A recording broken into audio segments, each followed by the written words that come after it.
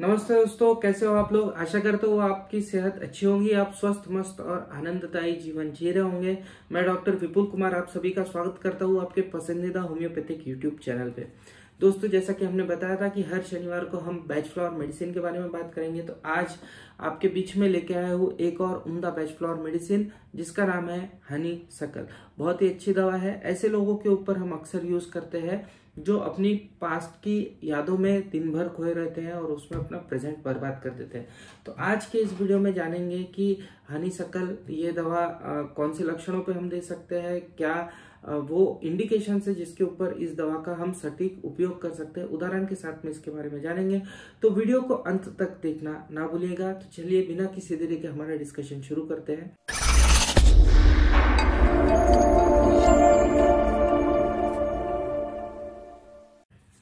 दोस्तों, आगे बढ़ने से पहले यदि आप मेरे चैनल पे पहली बार आए हैं तो प्लीज चैनल को सब्सक्राइब जरूर कर दीजिए और साथ ही साथ जो बेल आइकन का बटन है उसे भी दबा दीजिए, जिससे जब भी मैं कोई नया वीडियो अपलोड करूं तो उसकी नोटिफिकेशन तुरंत आपको मिल जाए और आप मुझसे जुड़े रहें। दोस्तों, तो जैसा कि मैं बता रहा था, आज हम बात करने वाले हैं हनी सकल के बारे में। ये नेटिव फ्लावर है।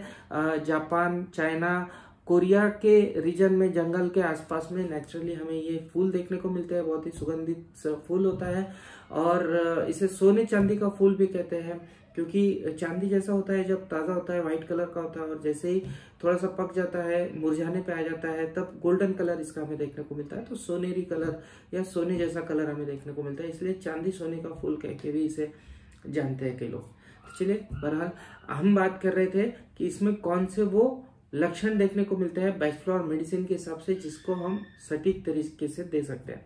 तो जैसा कि मैंने बताया कि अपनी बीती यादों में दिन भर खोए रहने वाले लोगों के अंदर हमें ये दवा के बहुत ही अच्छे लक्षण देखने को मिलते हैं। तो कीवर्ड की यदि हम बात करें तो कीवर्ड इसका है always lost in the memories of past. Always always दिन भर, दिन के 24 घंटे पुरानी बातों को याद कर करके उसी के बारे में विचार, चिंतन, मनन ये लोग करते रहते हैं।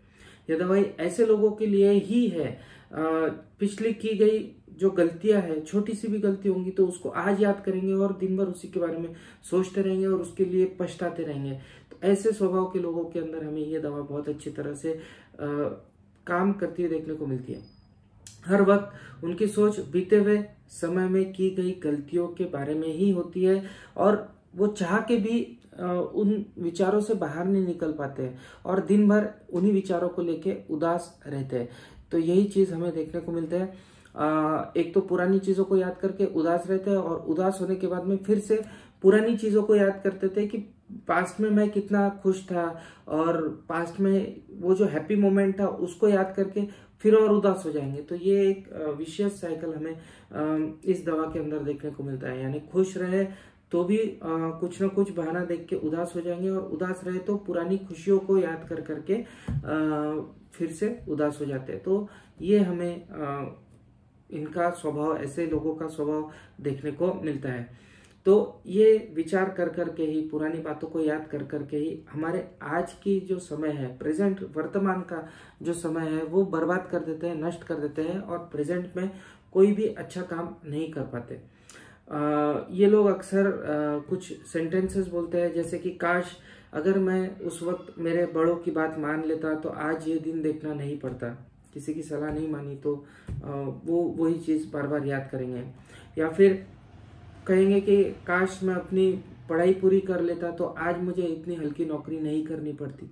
या फिर कहेंगे कि अगर मैं अच्छी संगत में रहा होता, बुरी संगत मुझे जवानी में ना लगी होती तो मैं आज अच्छी कंडीशन में होता, मुझे आज इस तरह के दिन नहीं देखने पड़ते। इस तरह के सेंटेंसेस ये लोग कई बार हमें बोलते हुए देखने को मिलते हैं। हमेशा पुरानी बातों को याद करके इसी तरह का होका भरते हुए ये लोग हमें देखने को मिलते हैं। तो वो लोग होते हैं जो पुराने दौर की याद करते हैं, लेकिन उस पुराने दौर में भी ये उससे पुराने दौर की याद करते हुए उस दौर के समय को नष्ट करते हैं, बर्बाद करते हैं और उस दौर में कुछ नहीं कर पाते हैं। आज भी ये वही कर रहे हैं, अपनी पुरानी बातों को याद कर रहे हैं और पछता रहे हैं, और आने वाले दिनों में भविष्य में आज के पल को याद करेंगे और कहेंगे कि आज इस समय में कुछ कर लेता तो मेरे साथ कुछ अच्छा होता। तो इस तरह का स्वभाव हमें रोगियों के अंदर देखने को मिलता है। और पुरानी बातों को याद कर करके हमेशा जो प्रेजेंट की जो समस्या है, वर्तमान में जो समस्या है, उनसे पूरी तरह से मुंह मोड़ लेता है। उनकी कोई समस्या यदि है तो उसका हल ढूंढने की कोशिश भी नहीं करता है, उसके बारे में सोचता भी नहीं है। और एक तरह से हम यदि पेशेंट को देखें तो हमें ध्यान में आता है कि पेशेंट के मन का और शरीर का जो संपर्क है वो टूट सा जाता है। मन जो होता है वो उनका पास्ट में होता है, जो पुरानी गलतियां की है उसके बारे में सोचते रहता है, और शरीर जो है वो अकेला पड़ जाता है वर्तमान की मुसीबतों से लड़ने के लिए। तो इस तरह का डिस्कनेक्ट हमें रोगियों के अंदर देखने को मिलता है। ये कोई जरूरी नहीं है कि बहुत बड़ा गुनाह यदि उसने पास्ट में किया है तो उसी को याद कर करके रोगी पछताते रहता है, ऐसा नहीं है। छोटी से छोटी बात को लेके, पुरानी बात को लेके वो उसी के बारे में चिंतन मनन करते रहता है और उसी के बारे में सोचते रहता है। भले ही पुराने दिनों में यदि किसी नौकर से कुछ गलती हुई हो और इसने बहुत जोर से यदि उसको डांट दिया हो तो आज उसके बारे में दिन भर सोचेगा कि मैंने वहां नहीं डांटना चाहिए था, मैंने वहां क्रोध नहीं करना चाहिए था।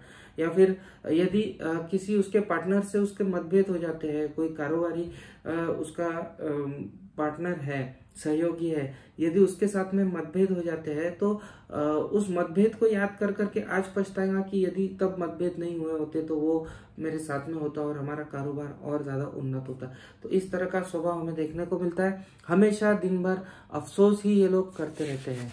तो ये स्वभाव हमें देखने को मिलता है। एक और हमने मेडिसिन के बारे में बात की थी जिसका नाम है क्लीमेटिस। आपको याद होगा बैच फ्लावर मेडिसिन क्लीमेटिस के बारे में। वो भी वर्तमान का समय पूरी तरह से बर्बाद कर देते हैं, वर्तमान की परेशानियों की तरफ बिल्कुल भी ध्यान नहीं देते। लेकिन क्यों? क्योंकि वो भविष्य के जो विचार है उनमें दिन भर खोए रहता है। जैसे कि हमने बताया था, मुंगेरी लाल के हसीन सपनों की तरह वो भविष्य में खोया रहता है कि मैं भविष्य में ये कर लूंगा, वो कर लूंगा, और इसीलिए वर्तमान पे ध्यान नहीं देता है, आज की प्रेजेंट कंडीशन पे ध्यान नहीं देता है और प्रेजेंट का समय पूरी तरह से बर्बाद कर लेता है। जो आज उसे समस्या है उसकी तरफ ध्यान नहीं देता। तो ये क्लीमेटिस का स्वभाव है।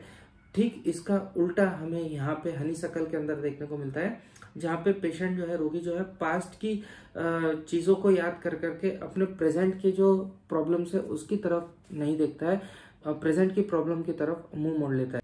हनीसकल का जो रोगी होता है उसे ये नहीं समझता है कि मनुष्य की जिंदगी में कई मोड़ आते हैं। कभी खुशी होती है, कभी गम होती है, कभी सुख होता है, कभी दुख होता है, कभी कामयाबी होती है तो कभी नाकामयाबी भी होती है। और नाकामयाबी होना ये कोई बहुत ज्यादा बुरी बात नहीं होती है। मनुष्य है तो गलतियां भी होती ही है। इन गलतियों से सबक लेके आगे बढ़ना चाहिए। ये चीज हनीसकल के पेशेंट को नहीं समझता है। वो पुरानी गलतियां बार बार दोहराता है। गलती करना या गलती हो जाना मनुष्य के लिए बहुत ही स्वाभाविक है, परंतु कई गलतियों से कोई सबक न लेना और उसको दोहराना यह एक मानसिक बीमारी है। हनीसकल देने से मनुष्य का यह मानसिक रोग दूर हो जाता है। जो बार बार वो गलतियां दोहरा रहा है वो बार बार गलतियां नहीं दोहराता है। ये चीज हमें हनीसकल के साथ में देखने को मिलता है। उसको यह ज्ञान हो जाता है कि कोई भी बड़ा काम बिना कठिनाई के पूर्ण नहीं हो सकता है, और कई बार कठिनाइयों के साथ में गलतियां हो जाना भी स्वाभाविक होता है। और ये चीज समझ पाना हनीसकल के बदौलत ही ऐसे लोगों के अंदर हमें संभव होता हुआ देखने को मिलता है। वह इस बात की कल्पना कर लेता है कि काश गुजरा जमाना फिर से आए ताकि वह दोबारा गलती ना कर सके, यानी वो दिन फिर से अगर लौट के आएंगे तो वो गलती नहीं करेगा।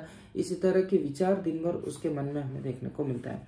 इसके अलावा हनीसकल एक बहुत अच्छी दवा है होम सिकनेस के लिए। यदि कोई घर छोड़ के जाता है, हॉस्टल में रहने जाता है, हॉस्टल में काम करने जाता है, तो यदि उसको बहुत ज्यादा घर की याद आती है तो ऐसे लोगों के लिए, होम सिकनेस के लिए हनीसकल के बहुत अच्छे रिजल्ट हमें देखने को मिलते हैं। कई ऐसे स्वभाव के लोग होते हैं जो पुरानी बातों को नहीं भूल सकते हैं, और आम मनुष्य कई बार इससे खुद का जो बनता बनाया काम है, बनता हुआ एक अच्छा वर्तमान जो है उसे भी बर्बाद कर लेता है। तो वो वर्तमान यदि बचाना है तो हनीसकल ऐसे लोगों को जरूर हमें देना चाहिए।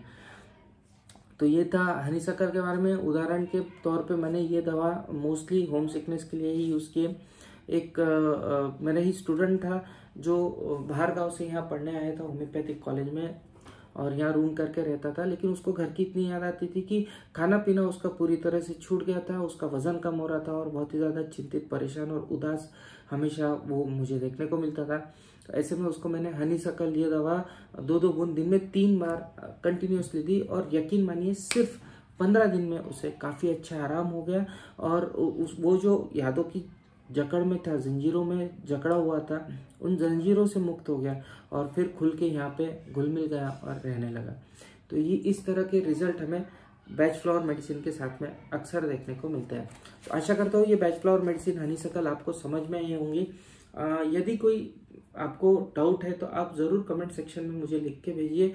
इसी तरह के इंटरेस्टिंग से होम्योपैथी से, हेल्थ से रिलेटेड वीडियोस के लिए मुझे सब्सक्राइब करना ना भूले, और मिलते हैं अगले वीडियो में इसी तरह का कोई इंटरेस्टिंग सा टॉपिक लेके आपके सामने फिर से हाजिर होऊंगा। तब तक के लिए आप सभी की इजाजत चाहूंगा। जय हिंद, जय भारत।